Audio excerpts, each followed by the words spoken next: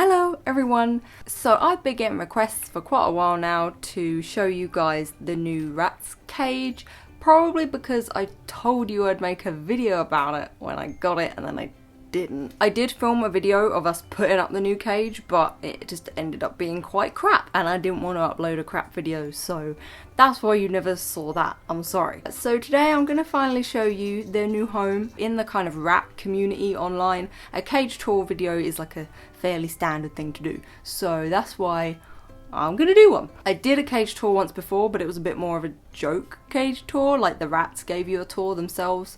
I will link to that down below if you want to go watch it.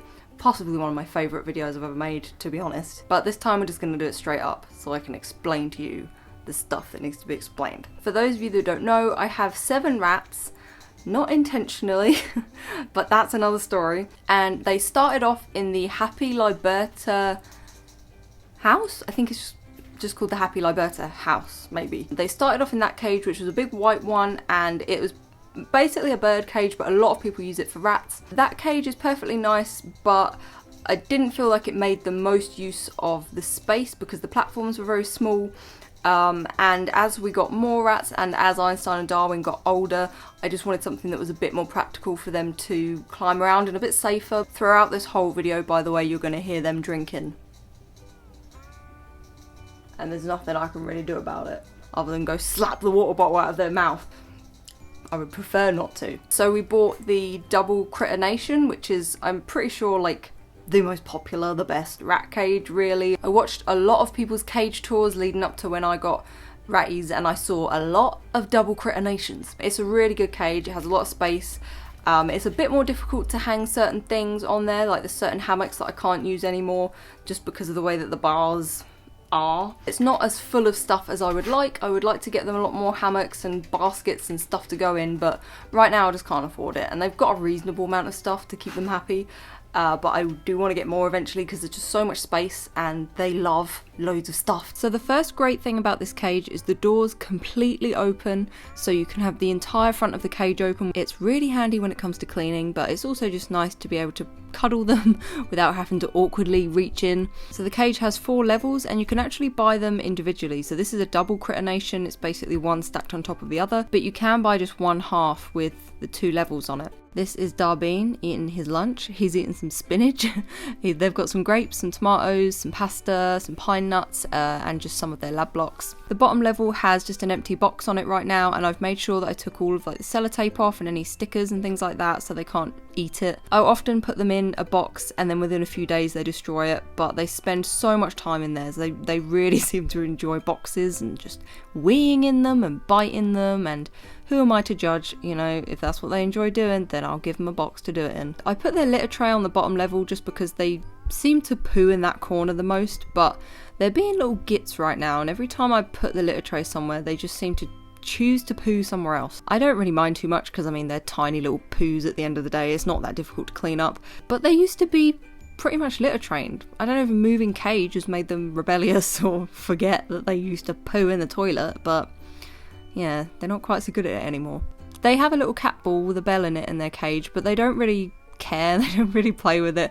The only one I see interacting with it is Darwin, but he just moves it. It's part of his sort of obsession with feng shuiing the cage. He just moves everything about, and I've noticed him put that ball in the food bowl a few times, but that's about it.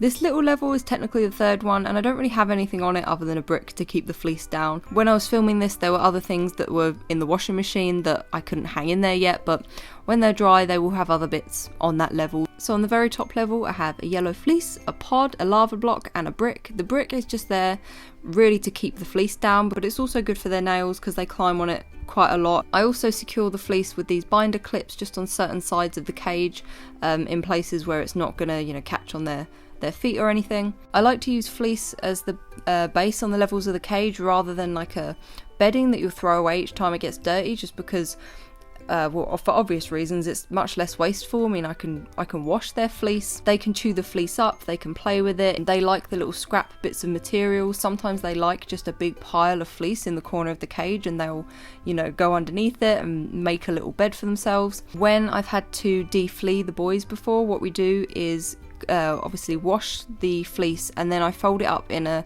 plastic bag and put it in the freezer for a couple of days.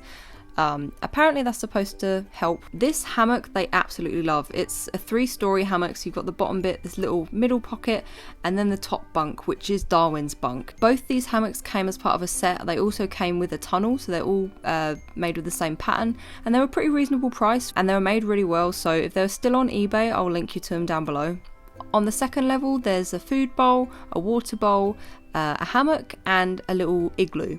Even though they have 2 water bottles on that cage already, I like them to have a bowl of water as well, just in case for whatever reason they're not digging the water bottle, or in case it suddenly stopped working or something, I don't know. I just like them to have a bowl of water in there as well in case they need it. Wilson's the worst at dinner time. He just pushes everything out of the bowl so he can see what's in the bottom, and then I sit there putting it all back in, and then he pushes it all out again.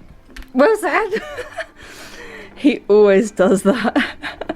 They absolutely love this igloo, but just a warning to be careful with it if you see them climbing on top of it in particular, because one of our boys got their toe caught in these tiny little slits along the top once, and that terrified the crap out of me. So just keep that in mind. Maybe put a bit of fleece on the top, or put it somewhere where they're not likely to be climbing on the top a lot. This little wooden toy you might have seen me pick up in a vlog when I was in Pound Stretcher. They don't chew it very much, but Edwin every now and again I think will chew on that. He's one of the only ones that will chew on it. They have glass water bottles, and they have 2 of them on the cage. Glass water bottles help keep the water cooler for longer. Just check out how freaking creepy this picture is on the side of it. You couldn't find a picture of a bunny rabbit where he doesn't look like a demon.